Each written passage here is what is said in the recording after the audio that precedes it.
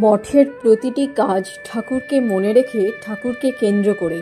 তাই প্রতিটি কাজেই ১৬ আনা মন দেওয়া প্রয়োজন। আমরা যা কাজ করছি, পরিষ্কার পরিচ্ছন্ন করা, ঘর মোছা, ঘর ঝাড়া বা পূজার আয়োজন করা, ফুল, বেলপাতা বা দুব্বা তোলা, যে কাজই হোক না কেন, পুরোপুরি মন যদি দেওয়া হয়, তাহলে সব কাজই হবে ঠাকুর সেবা বা পূজা।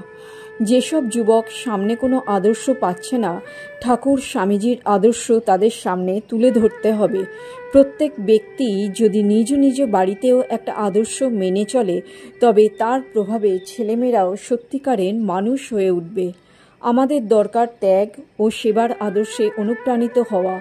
আমরা যারা ঠাকুরের এই আদর্শের সংস্পর্শে এসে পড়েছি, আমাদের লক্ষ্য হবে সকলের কল্যাণ করা। আজকের এই যুগ সন্ধিক্ষণে ঠাকুর, মা ও স্বামীজির ভাবধারাকে আশ্রয় করে সকল